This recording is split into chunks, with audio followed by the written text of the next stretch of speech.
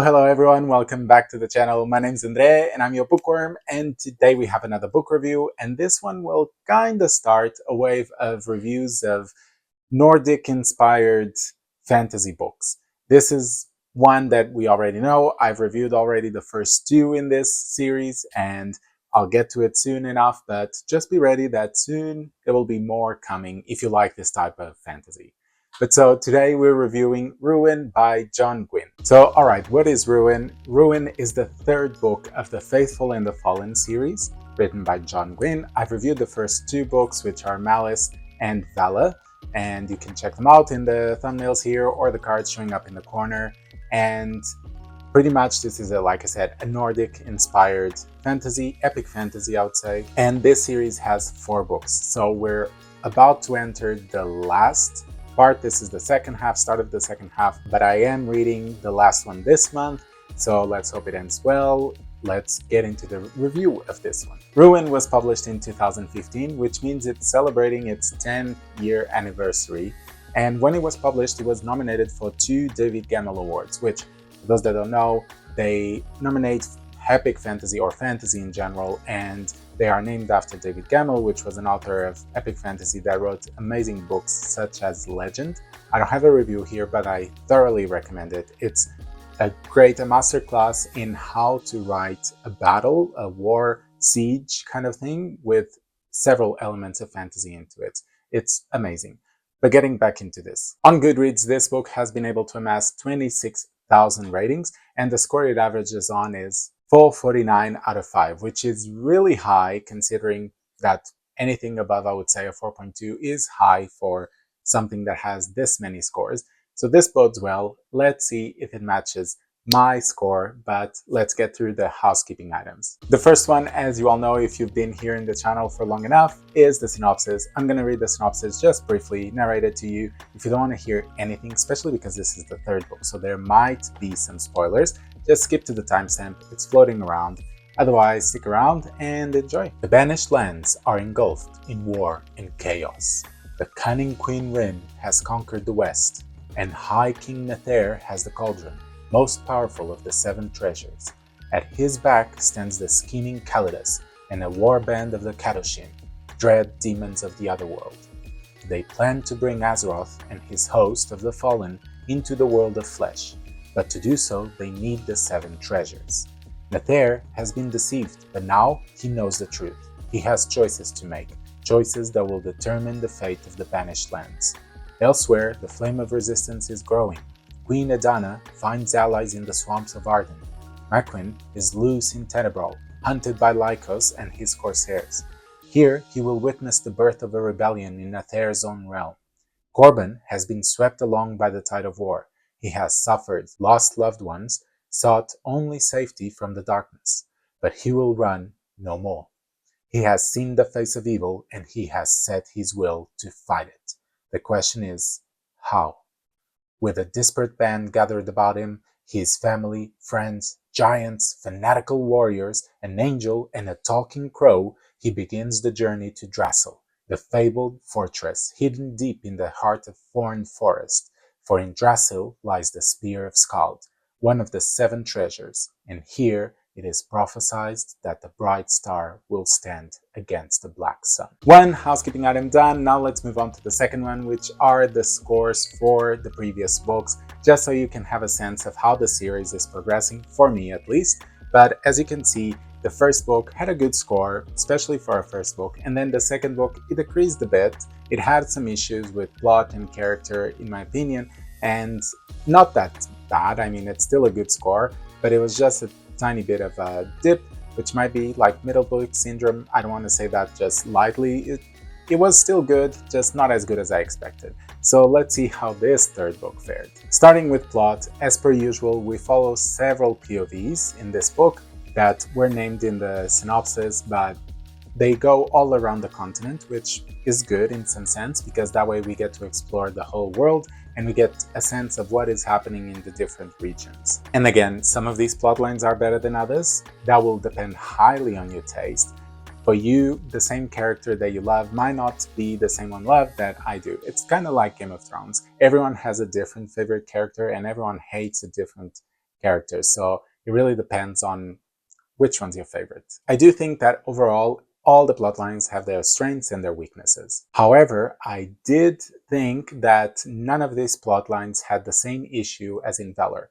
There wasn't one single one where I was dreading to read it or feeling like, ugh, here we go to this character. I think the progression of all the characters was going well, and I'll speak more to it about in the character category. But first, I want to talk about the plot twists towards the end. I mean, it's not a plot twist that will completely turn your world the other way around, but for sure shakes your perspective. And I mean, it's not fully obvious as well, because when I was reading it, I read it and I was like, oh, okay, I mean, it's a bit bad, but can be solved, I guess. But then a few pages later, it dawns on me how the stakes have been elevated exponentially, and suddenly no one's really safe anymore. But I mean, I think that is partially writing style and plot together that, when combined and done well, they really elevate both at the same time. So for this category, I'm going to give it a 5 out of 5. Now on to the character category. Like I said, I think all the characters are progressing well in their story. I think John Gwynne is a master at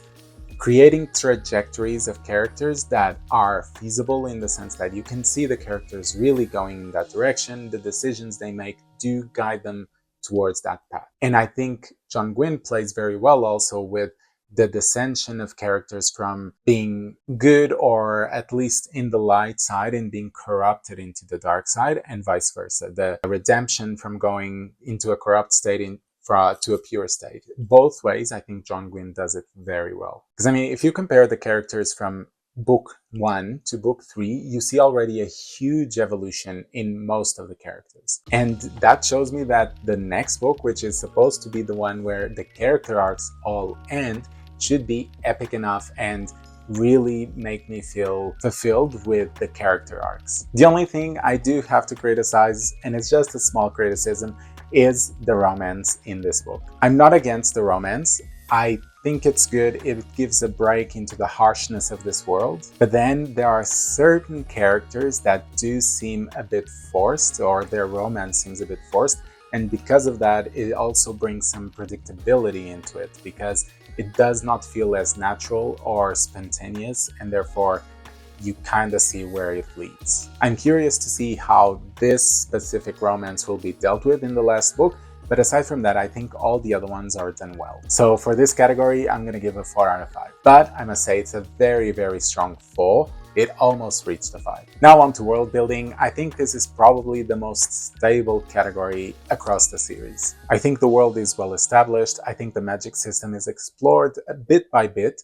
My preference would be to explore it a bit more in each book, but as it is, I can accept it. My main point of this category that I mentioned in the previous books was to see more the integration of culture and history of the giants, which are a people in this world, and that gladly is becoming real, and there is more of an integration of the giants' culture, world, peoples, etc. into the story. I wouldn't say that anything has been amazing, mind-blowing like Robert Jordan, Brandon Sanderson's level of world building, but it's very, very strong and stable. And I think that's perfectly fine. In the end, the Faithful and the Fallen series is not about the world. It's about the characters and a bit of the plot, but mostly the characters. And because of that, I don't really take many points for world building, because I think it reaches the goal that it needs to reach. Of course, some things could be tweaked and improved, but still, I think it's quite the strong, stable category. And because of that, I'm going to give it a 4 out of 5. And now we're moving on to writing style, or second last category. And the specifics are pretty much the same. It has good writing, good pacing. The writing is good, full of action. If you love action, this book has plenty of it. And the descriptions of the battles themselves are pretty epic. Don't expect descriptions of other things. It's quite direct. It's mostly descriptions of battles that become a bit more lengthy, but still nothing like Robert Jordan, for example. So don't be worried. And also the prose isn't that flowery, so it's quite direct and easy. And I think it matches the world, because this is a harsh world, so I think it deserves a harsh writing, if that makes sense. We don't want something that is too flowery, too elaborated, because it gives more of another feeling into the book. As for pacing, like I said, I think it has a good pacing. I never felt bored. Never felt like we were going into a very slow part.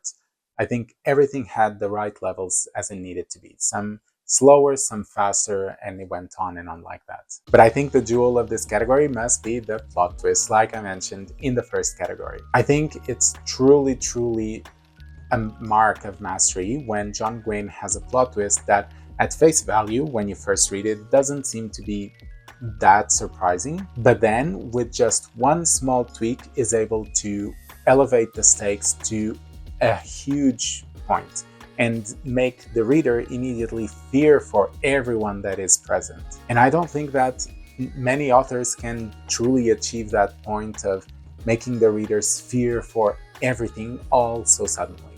So for this category, I'm also going to give a 5 out of 5. And our last category is enjoyment, and I'm going to be honest with you, this series overall has been okay to me. It's good, but it's an okay good. I've never felt wowed by it or, my god, I really need to finish the series, really need to keep reading it. I enjoy while I'm reading it, but I don't really go look to read it more. Especially now when I read Northern Wrath by Tilde Cold-Holt, I definitely felt a lot more enthusiastic about reading that book, and I realized, okay, it's not the fact that it's Nordic that I'm not into it, it's just the different settings that ones are more enthusiastic than others for me, and that's fine. But I can also say that after that plot twist, my enjoyment has increased a lot, and I have gotten a lot more excited to read the next one. But I'm getting ahead of myself. For this book in specific, this category deserves a 4 out of 5. Unfortunately, that plot twist came at such a late stage of the book that I can't really give this book a 5 in enjoyment, considering that a big chunk of it I was just okay with it. But so this ends our review. Just as a refresher, we have 5 for plot, 4 for character, 4 for world building, 5 for writing style, and 4 for enjoyment.